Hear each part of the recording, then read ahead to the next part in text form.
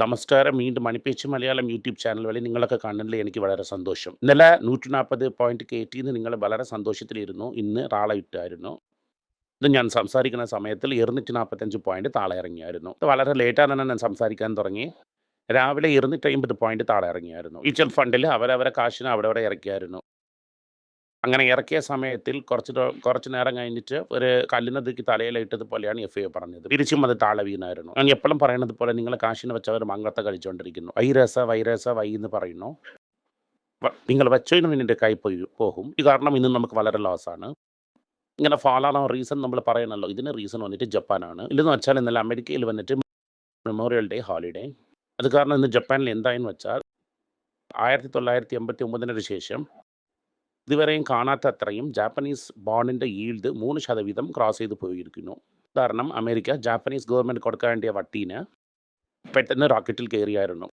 പക്ഷേ റേറ്റിൽ വാങ്ങേണ്ട വിൽക്കാൻ വിചാരിച്ചു. പക്ഷേ അത് നടന്നില്ല. ഇതിന് എന്തൊരു വേറെ ഓപ്ഷൻ എന്ന് നോക്കി ജപ്പാൻകാരൻ അമേരിക്കയിൽ നിന്നുള്ള ബോണ്ടിനെ വിൽക്കാം എന്ന് പറഞ്ഞ് വിൽക്കാൻ പോയി. മിക്ക ബോണ്ടിനെ വിറ്റുവെങ്കിൽ അമേരിക്കേൻ്റെ ഈൽഡ് കയറുമേ എന്ന് വിചാരിച്ച് എൻ്റെ തല രക്ഷപ്പെട്ടാൽ മതി എന്ന് വിചാരിച്ച് അവൻ്റെ തലയെ രക്ഷിക്കാൻ വേണ്ടിയിട്ട് അവൻ ഇരിക്കുന്നു. മൊത്തത്തിൽ പറഞ്ഞാൽ ഇതൊരു പുതു അൺസർട്ടനിറ്റിയാണ്. വീണായിരുന്നു. സ്വർഗം വന്നിട്ട് 9,000-ന് 5 രൂപ കുറവായിരിക്കുന്നു. അവിടെ എന്തെന്ന് വെച്ചാൽ 3,400 അടുത്ത് വന്ന് നിൽക്കുന്നു. എത്രയും പെട്ടെന്ന് ഇത് വന്ന് 3,400 താണ്ടി പോകും. ഒരു പ്രാവശ്യം 36 പോയി 34 വന്നിരിക്കുന്നു. 1,995 എങ്കിൽ ഇനി ഒരു 3% GST ഇട്ടോ, അതിൻ്റെ കൂടെ മേക്കിംഗ് ചാർജ് കൂടെ ഇട്ടുമെങ്കിൽ 10,000 കഴിഞ്ഞു പോകും. അത് സന്തോഷമായിട്ട് വച്ചിരിക്കാം. സോ നമ്മളെ ടാർഗറ്റിൻ്റെ മുകളിലാണ് ഓടിക്കൊണ്ടിരിക്കുന്നത് ഗോൾഡ്. കാരണം ജപ്പാൻ വാഴുകയെന്ന് നമ്മൾ പറയും. ഇന്ന് മാർക്കറ്റിൽ നമുക്കൊരു ബൈയിങ് ഓപ്പർച്യൂണിറ്റിയെ ജപ്പാൻകാരൻ നമുക്ക് കൊടുത്തായിരുന്നു. കാരണം ഇന്ന് മാർക്കറ്റിൽ എന്തൊക്കെ നടക്കുന്നതെന്ന് നോക്കാം. IDFC കൺസിഡർ ചെയ്യുന്ന റേഞ്ചിലിരിക്കുന്നു. നിങ്ങൾ കൺസിഡർ ചെയ്തുവെങ്കിൽ 10 കൊല്ലത്തിന് നിങ്ങളതിന് വിറ്റിരിക്കാം. ഇപ്പോൾ ഒരു കാര്യം അവർ പറഞ്ഞുകൊണ്ടിരിക്കുന്നു, അടുത്ത മാസം GST മീറ്റുന്നു.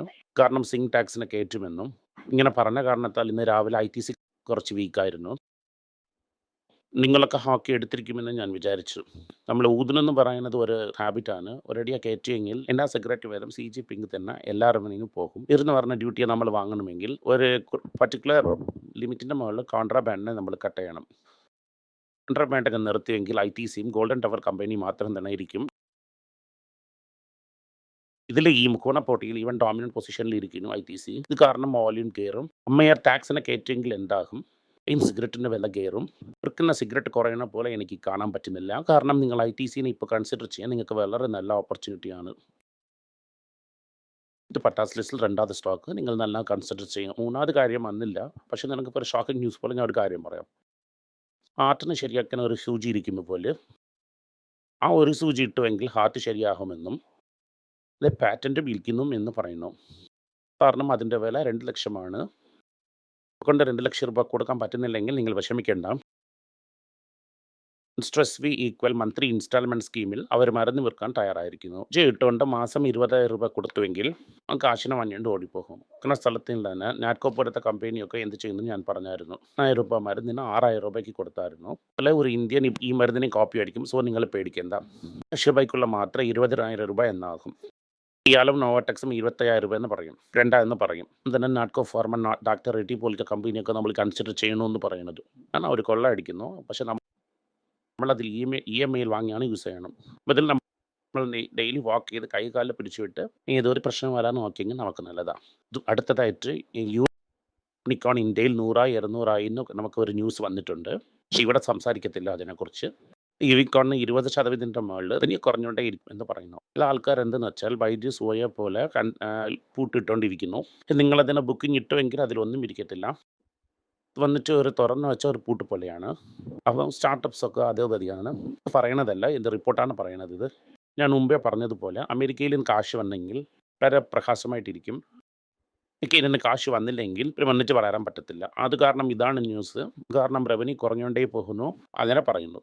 ഒരു സന്തോഷ വാർത്ത എന്തെന്ന് വെച്ചാൽ 2009 ഇതുവരെ 16 വർഷത്തിൽ 3 ലക്ഷം ഫോർച്യൂണർ ഓടിക്കൊണ്ടിരിക്കുന്നു എന്ന് പറയുന്നു. ഇത് പറഞ്ഞത് ആരെന്ന് വെച്ചാൽ ടൊയോട്ടയാണ്. ഇത് വന്നിട്ട് സാധാരണമായിട്ട് 50 ലക്ഷം രൂപ 75 ലക്ഷം രൂപയ്ക്ക് വിൽക്കുന്ന കാറാണ്. ഇതിൽ 3 ലക്ഷം കാർ ഇന്ത്യയിൽ ഓടുന്നു എന്ന് പറയണത് ഇന്ത്യക്കൊരു പെരുമയാണ്. അവർ എത്ര കെട്ടിയാലും പാതി ടാക്സ് ഗവൺമെൻറ്റിന് പോകും. ഇന്ത്യയിൽ ബിർള കാരണത്താലാണ് ഇങ്ങനെ ആകുന്നു. ഇത് കാരണം ഇന്ത്യക്ക് വലിയ ലാഭമാണ്. പക്ഷേ ഗൾഫിലിരിക്കുന്ന ഫോർച്യൂണറിനും ഇവിടെ ഇരിക്കുന്ന ഫോർച്യൂണറിനും ഇന്ത്യയിൽ സെയിൽസിൽ വളരെ ഡിഫറൻസ് ഉണ്ട്. പക്ഷേ നിങ്ങൾ ഇന്ത്യയിൽ വിൽക്കുന്ന ഫോർച്യൂണർ തന്നെ വാങ്ങിയാകണം. എന്ന് വിചാരിച്ച് ഫോർച്യൂണറിൽ ഡീൽ സംസാരിക്കാൻ പോയെങ്കിൽ ടാറ്റ മോട്ടോഴ്സിൽ വേറെ പ്രോബ്ലം. ടാറ്റ മോട്ടോറിൽ എന്ത് പറഞ്ഞെന്ന് വെച്ചാൽ, പോയ വർഷം ഞങ്ങൾ 38,000 കോടി ടാക്സ് കെട്ടിയായിരുന്നു. അതിൽ മേജർ വന്നിട്ട് ഡയറക്റ്റ് ടാക്സസ്. ഇൻഡയറക്റ്റ് ടാക്സ് വളരെ കുറവാണ് പറഞ്ഞായിരുന്നു. ടാക്സ് ട്രാൻസ്പെറൻസി റിപ്പോർട്ട് എന്നിട്ട് അവരെ പബ്ലിഷ് ചെയ്തായിരുന്നു. അയ്യോ ഇത്രയും ടാക്സ് ഇടുന്നേ എന്ന് ഇതിനെ മാർക്കറ്റിൽ ഇന്ന് 1% അടിച്ചായിരുന്നു. ഇതാണ് ഇന്ന് ടാറ്റ മോട്ടോഴ്സിൻ്റെ ന്യൂസ്. അത് നോക്കുക. അശോക് ലെയ്ലാൻഡ്സ് ബോണസ് എന്ന് പറയുന്ന പോലെ ഇതിലും വരും. നമ്മൾ 100 ഷെയർ 18 രൂപയ്ക്ക് എന്നോ വാങ്ങിയെങ്കിൽ മുമ്പേ ഇരുന്ന ബോണസും എനിക്ക് ഉണ്ടായിരുന്നു. അതുകൊണ്ട് 200 ഇപ്പോൾ ഇന്നൊരു ബോണസ് 400 ഷെയറായി. അതുപോലെ ഇതും കറക്റ്റാ പോകൂ എന്നതിന് നമ്മൾ മനസ്സിലാക്കണം. ഒരു വർഷത്തിൽ 24% മാത്രം തന്നെ ടാറ്റ വീണിരിക്കുന്നു. 6 മാസത്തിൽ 6% വിളിമിരിക്കുന്നു. 3 മാസത്തിൽ കുറച്ച് കയറിയിട്ടുമുണ്ട്. 1 മാസത്തിൽ 12% ആൾമോസ്റ്റ് കയറിയിട്ടുണ്ട്. കാരണം ടാറ്റ മോട്ടോറിൽ പ്രോബ്ലം ഒന്നുമില്ല. അതിന് ശേഷം എന്തായെന്ന് വെച്ചാൽ, പോയ വർഷം ശമ്പളമൊന്നും കയറ്റിയില്ല. സീനിയേഴ്സിനൊക്കെ സാലറി കയറ്റത്തില്ല എന്ന് പറഞ്ഞായിരുന്നു. കാരണം ആ സീനിയേഴ്സൊക്കെ ജോലി വിട്ട് പോയായിരുന്നു ആണ് പറഞ്ഞത്. അവരതെങ്ങനെയെന്ന് വെച്ചാൽ ഒരു ആർമിയെ പോലെയാണ്. സീനിയർ പോയെങ്കിൽ അതിൻ്റെ താഴെ ഇരിക്കുന്നവരെ അവിടെ എടുത്ത് വെച്ചാൽ അവർ ആ ജോലിയെ ചെയ്യും. എന്തുകൊണ്ട് സീനിയറെ കയറ്റിയില്ലെന്ന് വെച്ചാൽ, അവർ വന്നിട്ട് ശരിയായിട്ട് കാരണം വെച്ചില്ല. സെയിൽസ് ഡിപ്പായിരുന്ന കാരണത്താൽ ശമ്പളം കയറ്റത്തില്ല എന്ന് പറഞ്ഞു. ഇത്ര ദിവസം രതൻ ടാറ്റ ഇരുന്ന സമയത്തിൽ ജോലി ചെയ്താലും ചെയ്തില്ലെങ്കിലും ശമ്പളം കൊടുത്തായിരുന്നു. ആ സമയം ജനങ്ങളാ വന്ന് കാർ വാങ്ങിക്കൊണ്ട് പോയാൽ ഉണ്ട്. സർവീസ് ഒന്നും കൊടുക്കത്തില്ല. സെയിൽസ് ഡിപ്പെന്ന് പറഞ്ഞു ഒരുപാട് സീനിയേഴ്സിനെ ജോലിയിൽ ഇരുന്ന് എടുത്തായിരുന്നു. ജോലിയിൽ വിട്ട് പോകുമെന്ന് മിരട്ടിയ ഉടനെ ഓക്കെ ബോസ് നിങ്ങൾ പോയിട്ട് വാ എന്ന് പറഞ്ഞ് അയച്ചു വിട്ടായിരുന്നു.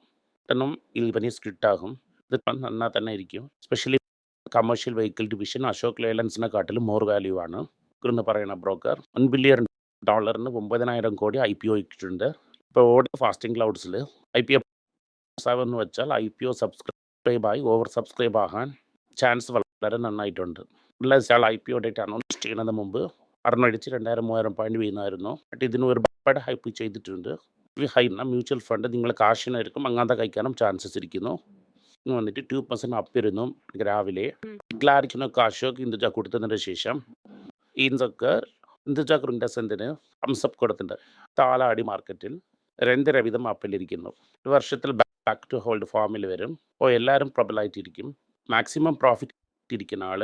അതിൻ്റെ ശേഷം വെച്ചാൽ ഇയർലി മാൻസൺ വന്ന കാരണത്താൽ അയാൾക്ക് ഏത് ഇമ്പാക്റ്റാണ്. കോലയും പെപ്സിയും ക്യാമ്പാകും. നല്ല വെള്ളത്തിൻ്റെ എടുത്ത് തലയിലിടാം ഇട്ടുണ്ട് ഗോവിന്ദ ഗോവിന്ദ എന്ന് പറയാം. ഗോവിന്ദ എന്ന് പറഞ്ഞ് തിരുപ്പതി മല കയറുന്നതാണ് കൊള്ളാം. സെയിൽസ് അഗ്നി പോലെ പെട്ടെന്ന് എയർ കണ്ടീഷണർ ചെയ്ത് എയർ കണ്ടീഷണർ റിയലറും ഹോൾസെയിൽ തലയിലും കെട്ടി. കമ്പനികൾ മാസമായിട്ട് ജോലി ഇരിക്കത്തില്ല. ഇൻഡിഗോയിൽ റാറങ്ങോ എന്ന് പറഞ്ഞ ഒരാളുണ്ടായിരുന്നു. ഇയാളെ രാകേഷ് പാട്ടിയെ വെളിയിൽ തല്ലിയായിരുന്നു. ഇവർ പോയി സൗത്ത് വെസ്റ്റ് എയർലൈൻസിന് ചെയർമാനാ പോയി ചേർന്നായിരുന്നു. അവർ ഇന്നും ഒരു 3.5% ഷെയറിന് ആൽമോസ്റ്റ് 12,000 കോടി രൂപയ്ക്ക് വിറ്റു.